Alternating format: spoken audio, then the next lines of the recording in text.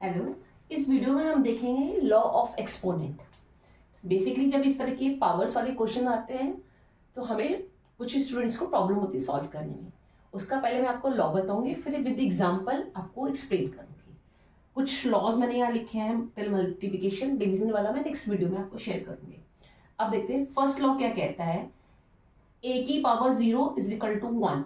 It means कोई भी number है, कितना भी बड़ा नंबर है, अगर उसकी पावर 0 है तो आंसर विल बी 1। एग्जाम्पल, अगर 5 की पावर 0 है तो आंसर इज 1। और ये 389 की पावर 0 है, then still answer is 1। Is it clear? कितना भी बड़ा नंबर है, अगर उसकी पावर 0 है तो आंसर क्या होगा? 1। अब आते हैं सेकेंड लॉ पे। अगर किसी भी नंबर की पावर 1 है तो आंसर नंबर इटसेल्फ, यानी कि किसी भी नंबर की अगर पावर 1 है तो आंसर सेम नंबर होगा। जैसे अगर 2 की पावर 1 है तो आंसर विल बी 2। अगर 56 की पावर 1 है तो आंसर विल बी 56।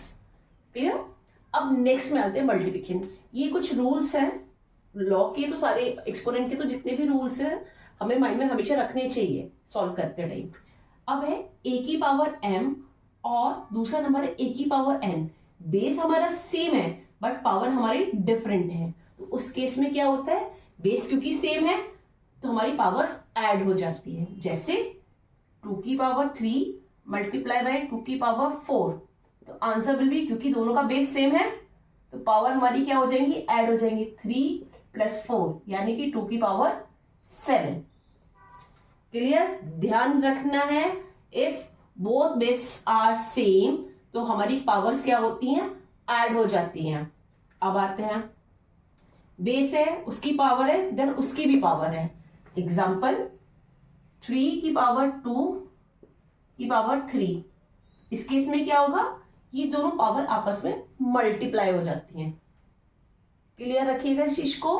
बेस है उसकी पावर है देन उसकी भी पावर है, यानी कि पावर के ऊपर पावर है, तो उस केस में क्या होता है, पावर आपस में मल्टीप्लाई हो जाती हैं।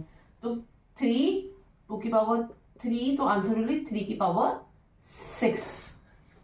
नेक्स्ट बहुत इंटरेस्टिंग है, यहाँ बच्चे कंफ्यूज हो जाते हैं इसमें और इसमें, बट हमेशा अपने माइंड में क्लियर रखिएगा। यहाँ पे क्या है, आपके बेस सेम है, ठीक है। अब यहाँ पे क्या है, आपके बेस डिफरेंट है बट पावर सेम है।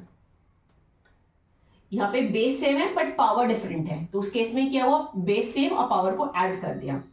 इसमें क्या है, आपके बेस सेम है, सॉरी बेस डिफरेंट है बट पावर सेम है, तो इसमें क्या होता है, हम पावर कॉमन ले लेते हैं और आपस में जो बेस होते हैं डिफरेंट बेस, उनकी मल्टीप्लाई कर देते हैं।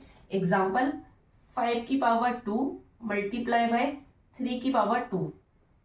Both base are different but powers are same, तो क्या करेंगे, 5 मल्टीप्लाई 3 की पावर 2, क्योंकि दोनों की बेस डिफरेंट है तो हमने बेस को मल्टीप्लाई में रखा और पावर सेम है तो पावर यहाँ पे रखा। 5 3 ज़ा 15 की power 2। This is your answer. Remaining law of exponents मैं आपको नेक्स्ट वीडियो में एक्सप्लेन करूंगी। Thank you.